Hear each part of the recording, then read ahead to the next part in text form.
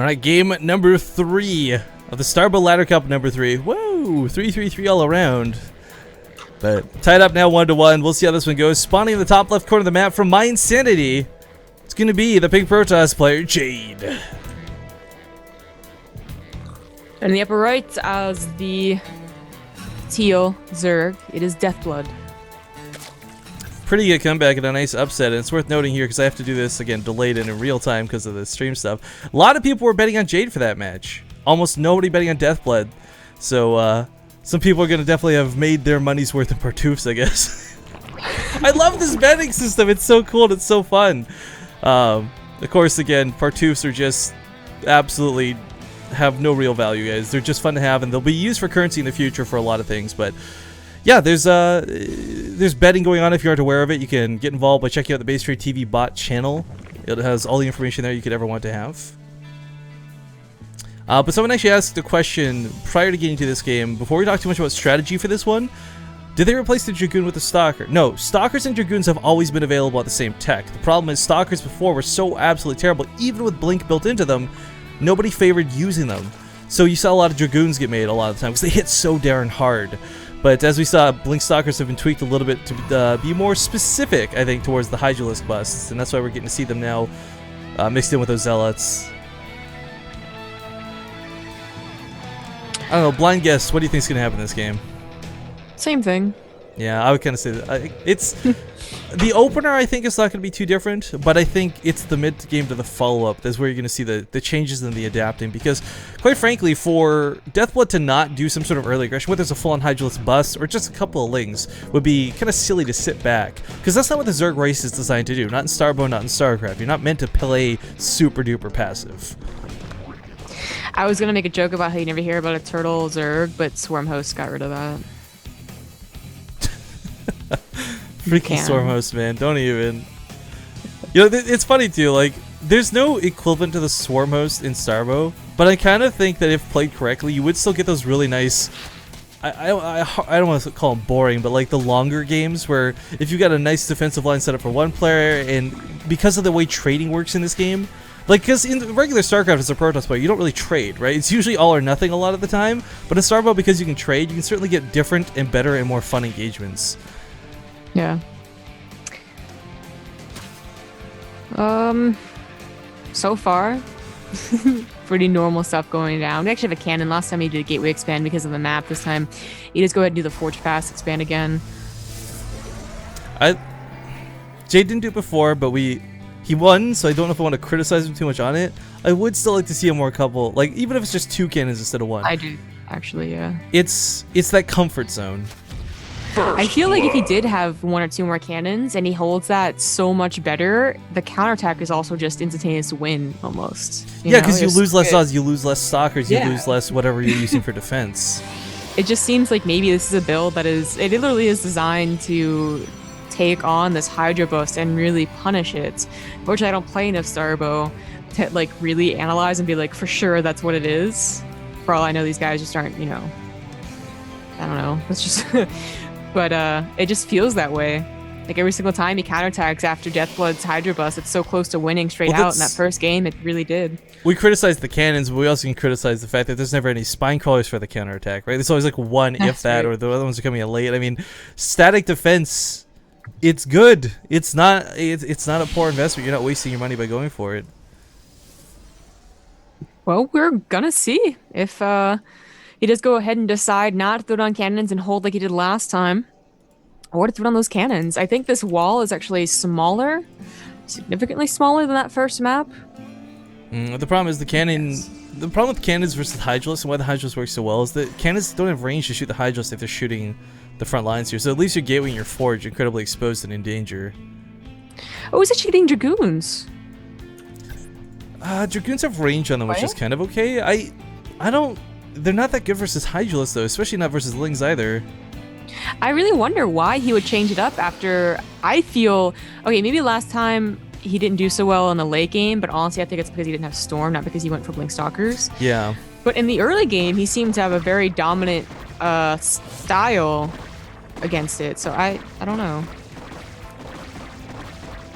Well, one Dragoon does pop out. They do get the singularity charge that does increase their range, but without it, it's only 4. So you can't even... It's same range as the Hydras, but you still can't fight the Hydras. The Dragoons just don't have the... I guess the attack speed. They got the damage, that's for sure. That's what they're meant to be, these hard-hitting units, but...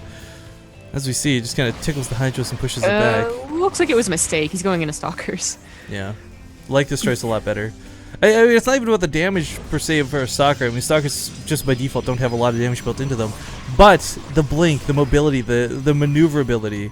Still gotta be careful of exposing himself like this, especially away from the cannon. Jade, what are you doing? Back away from your cannon, buddy. Did that last time. That overextension is gonna cost him a lot here. Zealots do have speed finish though, worth noting.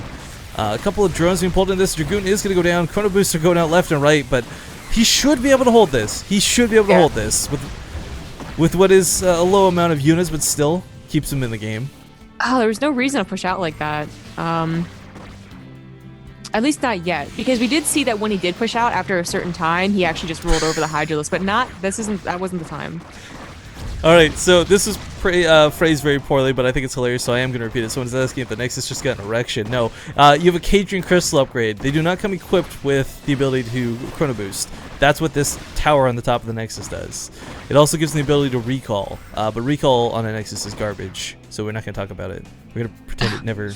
It's the redheaded stepchild. Oh wow! Whoa, redhead hate.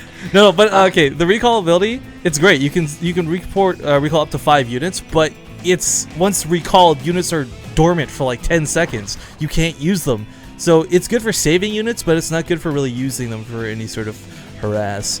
Anyways, we do have them chasing out here. Again, the speed lot's going to play really nicely into this. We do see Jade actually microing back the low ones too. So there's some really good control out of him this time, but looking to go a little bit full bore into this and a little bit overextended once again. He decides to back up.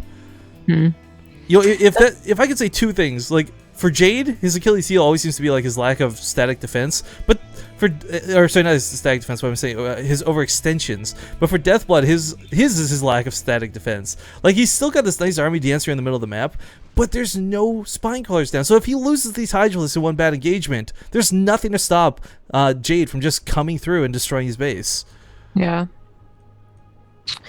Well, this game, it's still looking much different, right? Like neither have really done a really big sucker punches, although they get in there a little bit. It's still like he cuts a lot of workers to do this, so it wasn't quite enough to, put him in so much of a lead. And he also has that third up a lot faster. He could start droning if he wanted to. He's actually on an Evo chamber, which I think means he is going to look into. There it goes. 5 drones are being made. So this might get into a mid game that looks a lot cleaner, a lot easier for both players. Yeah, still the blink control really nice. Most of these zealots are already being weeded out though. I don't know how much I love this, but still gonna take a good fight nonetheless. Takes out all the Zerglings really quickly. Again, Link's get really good with that Adrenal Glands upgrade, but not until then. So just sticking around with cannon fodder for the time being. Deathblood being forced back, and this Hydralisks are dwindling, and this is that exact scenario I was a little bit worried about. As he moves back and loses these Hydralisks, he's got nothing to fall back on but Zerglings. Yeah, where are the injects, by the way? Or the Nurturing Swarm? Whatever. Well, injects are still injects. Yeah, Nurturing Swarms only on buildings that are being created. Still called injects then. And they weren't there for quite a while, actually, it looks like, as the energy is really, really high. Yeah. Well, here comes the army. We'll see if this holds. It's not going to be easy, that's for sure. Spine cores do complete. And he can transfuse this. I mean, that's the nice thing about the energy, too. Mm-hmm. But that's what he was doing, too. Making him build faster. Jade is actually supply blocked, which is going to help out Deathblood for a little while here. He recognizes that the third is up and ready though, and there's no spine crawlers over there. There's no reason to defend this, I feel. Like he should have just brought those links home safe and sound. Yeah, give up. Yeah, this is a base without drones. It's 2 drones and a queen. Like, big deal, big whoop. Just pull everything back that you can. Queen not even trying to fight this. Deathblood, why are you pulling your other queens, man? What are you doing? These are off. Okay, so there's no speed bonus, but creep still allows queens to move faster. That much do they have going for them, but he's almost sacrificed 3 queens, and I'm not entirely sure the thought process on why. Yeah, seemed dangerous right there. Deathblood's still in a really dangerous spot. That attack was just, that was really good. It seems to be enough too. Like this army of Deathblood versus the army of Jade is really, really small. I think he's gonna win with this push. You don't even have to stop for the spine crawlers this time. Yeah, I mean, the queens are out of position too. If these were here for the enraged, queens had a ton of damage. But the spine coins go down like it's nothing. Zealot's still en masse, and Jade looking unstoppable. Queen's moving to the front lines, still no rage popping off. They're just kind of walking in there. I think Deathblood, just a little bit of panic towards the end of the game is the way I can describe this. Oh, Jade. Oh, Jade. Well, certainly secured his winning with a bit of, pepper at the end.